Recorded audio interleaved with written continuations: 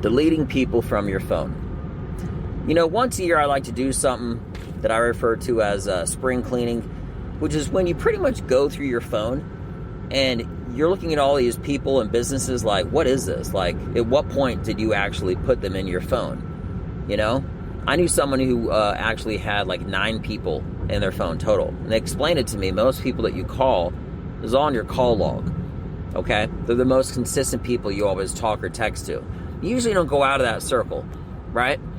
And I was honored to be one of them, you know?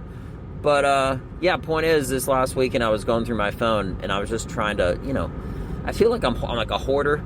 Like I keep old cardboard boxes from Costco and, you know, pillows that I should throw out.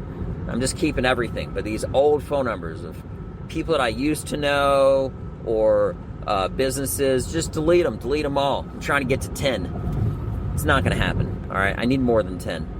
But that's also another problem is that I look at all these other phone numbers and I tell myself, well, you know, maybe I'll remember. Ooh, you ever do that fatal mistake where you text somebody, who is this? And then they're like forever insulted, like, man, this is Bobby. We met at Atlanta, that pizza place one time. You know what I mean? Like, I can't even describe, like, I actually have people saved in my phone with, like, what they were wearing in the place we were at. Because I figure, like, there's no way Kevin is going to stand out to me. I need to put more than Kevin. This is an important day. I need to put Kevin in here. But, you know, I'm at the Atlanta airport, or I keep saying Atlanta. It's my only example. That's where I'm going to today. I love you, Georgia, you know? But, yeah. Periodically, I just think of these things that I need to do. And I want to be that guy. I want to be that guy that can have 10 people or less in my phone. The only question is, if you could only have 10 people, who would go in your phone? I got friends of mine that I train jujitsu with, and I want their phone number, right? The people that I hang out with jujitsu with are probably the people that the amount of people that I have my phone more than anybody else. But people that I actually talk to the most are all prior military. I was in the Army with them, right? Or it's a combination of both, because a lot of times people in the military, they train wrestling / jujitsu. So anyway, now I'm going off on a tangent. So without going too much further forward, I'm just going to end this one short, sweet, and to the point.